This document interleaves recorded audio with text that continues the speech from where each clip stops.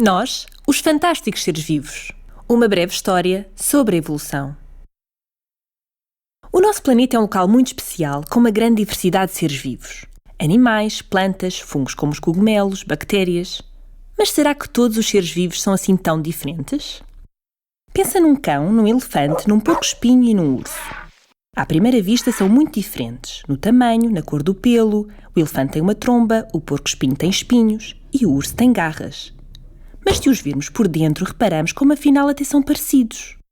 Por exemplo, todos têm um esqueleto e o esqueleto é feito de ossos iguais com funções iguais no corpo. A cabeça onde estão os olhos e a boca, patas para andar e costelas a proteger os órgãos. Até nós, se nos pusermos de gatas, ficamos parecidos com eles. Só não temos a cauda, nem as presas do elefante, claro.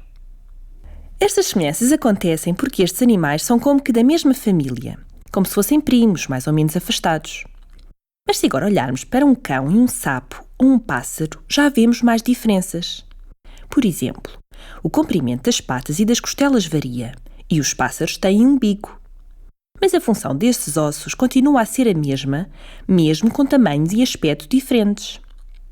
O cão, o sapo e o pássaro continuam a ser aparentados, mas são primos bem mais afastados do que o cão, o elefante, o porco-espinho e o urso. Na verdade, todos os animais são como que uma grande família. Mas não te confundas. Isso não quer dizer que uns são filhos dos outros. Se calhar já ouviste dizer que os homens descendem dos macacos atuais. Isso não é verdade. O que é verdade é que os homens e os macacos atuais partilham um antepassado comum que viveu na Terra há muitos, muitos anos atrás. Mais uma vez, como se fossem primos. Ora, tu não descendes dos teus primos, mas tens em comum com eles alguns avós, bisavós, trisavós e os avós dos avós dos avós. Mas queres saber o que é mais engraçado? É que nós e os outros animais também somos parentes das plantas, dos cogumelos e até das bactérias. Na verdade, somos parentes de todos os seres vivos que existem ou já existiram. Ok, não temos semelhanças visíveis a olho nu com todos eles. Mas por dentro, na maneira como funcionamos, os cientistas descobriram que temos muitas coisas parecidas. Repara bem, todos os seres vivos alimentam-se, respiram, reproduzem-se, nascem e morrem. Podemos pensar em todos os seres vivos como fazendo parte da grande árvore da vida. Imagina uma árvore. Uma pequena semente germina e, à medida que vai crescendo, vai formando novos ramos. Quando adulta, a árvore tem vários ramos, mas o tronco é um só. No caso da árvore da vida, o tronco é como um antepassado único, de onde saem ramos com diferentes seres vivos. As bactérias estão num ramo, as plantas, noutro, os fungos, como os cogumelos, noutro, e os animais, ainda noutro. E dentro de cada um destes ramos, há mais ramos, e por aí fora. Tal como acontece com uma árvore quando está a crescer, em que os ramos vão aparecendo em alturas diferentes, o mesmo se passa com os seres vivos. Primeiro surgiram uns, depois outros, depois outros. Tudo a partir de um antepassado único. Sabes que numa árvore há ramos que se vão partindo ou morrendo, por exemplo, quando são atingidos por um relâmpago ou uma doença. Também na árvore da vida há famílias inteiras de seres vivos que desaparecem por causas naturais. Foi o que aconteceu com os dinossauros e a muitas outras espécies de animais e plantas que deixaram de existir. Os seres vivos que estão no mesmo ramo da árvore da vida são parecidos. Por exemplo, nós, os nossos avós, os nossos bisavós, trisavós. Mas quando esse ramo se divide em dois, os seres em cada novo ramo são diferentes. Queres saber como isso acontece? Imagina um grupo de pássaros todos mais ou menos iguais que se alimentam de sementes. Os filhos que vão nascendo são parecidos com eles, tal como nós somos parecidos com os nossos pais, mas não somos fotocópias.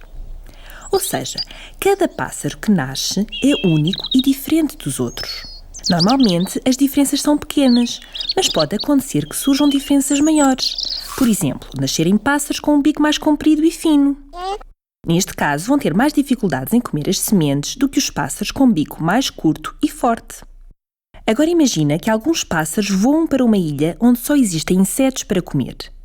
Os pássaros que tiverem um bico mais longo conseguem apanhar mais insetos do que os pássaros com um bico curto, ou seja, estão mais bem adaptados à ilha.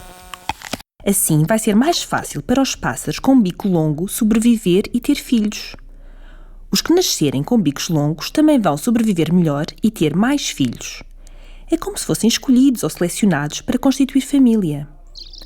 Ao fim de muitos anos, em muitos netos, bisnetos e trinetos, há mais indivíduos com o bico longo do que com o bico curto.